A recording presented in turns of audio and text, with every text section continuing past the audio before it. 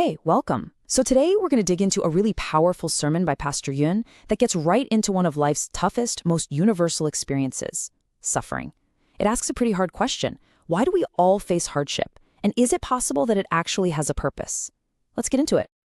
So, the whole sermon, right? It's built on this one really challenging verse from the book of Acts. And that's a pretty bold place to start, isn't it? The idea that hardship isn't just some random, unfortunate thing that happens, but a necessary part of the journey of faith. And yeah, that's the big question the sermon tries to unpack. I mean, if we really have to go through suffering, what in the world is the point? Well, the sermon argues there is a point, and it uses some incredible stories to make its case. All right, so to start answering this, the sermon takes us way back to the early days of the church, and it zooms in on the dramatic and frankly violent story of the very first Christian martyr.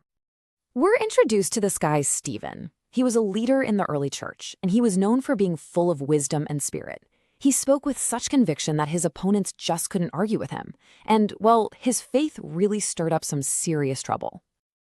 And this is where Pastor Yun points out something absolutely incredible. You've got this one moment, and on one side, there's Stephen, whose face is described as being like an angel's, totally at peace, even as he's about to die. And on the other side, his accusers, so filled with rage that they're literally gnashing their teeth like demons. The sermon calls this a moment where you can see heaven and hell at the exact same time. Wild. Okay, so here's the key takeaway from the sermon on this part. Stephen's death wasn't just some horrible tragedy. It actually had a bigger purpose. The idea is that he was kind of taking on some of that suffering for the whole community, setting this powerful example right from the start. So, from there, the sermon pivots to another huge example. If you think of Stephen's suffering as this one intense, explosive moment, this next guy's story is all about a lifetime of non-stop hardship. And yeah, we're talking about the Apostle Paul. He didn't just teach about getting through tough times. His entire life was a living example of it. And to prove his point, he actually lists out everything he went through. And honestly, it reads less like a life story and more like a list of just unbelievable disasters.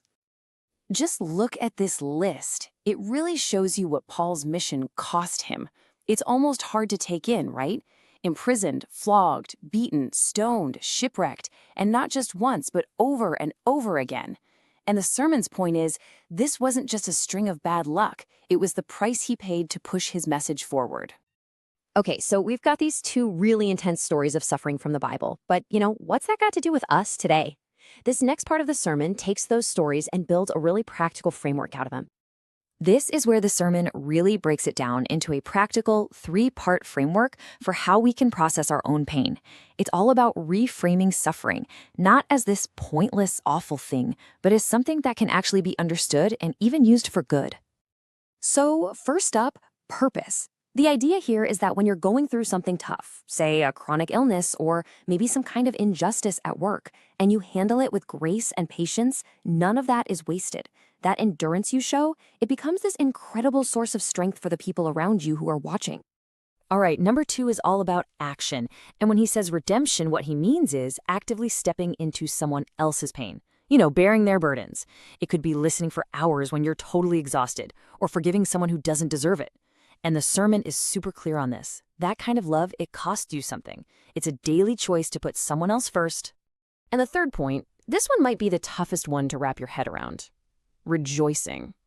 Now, the sermon really hammers this home. It's not about being happy for the pain. That's not it at all. Nobody enjoys suffering.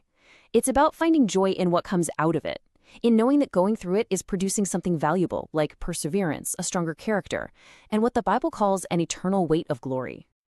Okay, so let's tie all this together. What's the final, big, transformative idea from Pastor Yun's sermon? Pastor Yun coins this really interesting phrase for it, the sacred surplus. The basic idea is that your own personal pain, when you offer it up, isn't just this private, useless thing. Instead, it actually becomes part of this bigger, shared pool of spiritual strength that helps the mission of the entire community.